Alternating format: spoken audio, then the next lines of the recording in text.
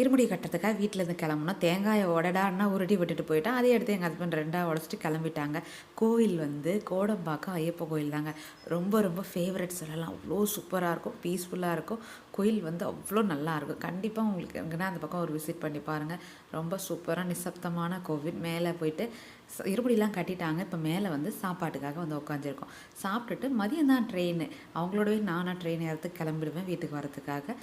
பார்த்திங்கன்னா மேலே ஏறி போயிட்டுருக்கே ஒரு 3 ஃப்ளோர் மேலே போயிட்டு தான் அங்கே சாப்பிட்ற மாதிரி இருக்கும். அன்னதானம் எல்லாருமே கொண்டு வந்து தான் நாங்கள் ஷேர் பண்ணி சாப்பிட்டுக்கிட்டோம். கோயிலோட என்ட்ரன்ஸ் இப்படி தான் இருக்கும். ரொம்ப சூப்பராக இருக்கும். மோஸ்ட்லி நான் கோயில் உள்ள வீடியோஸ் அவாய்ட் பண்ணிவிடுவேன். வெளியே எடுத்திருக்கேன் பாருங்கள். ரொம்ப நல்லா இருக்கும்.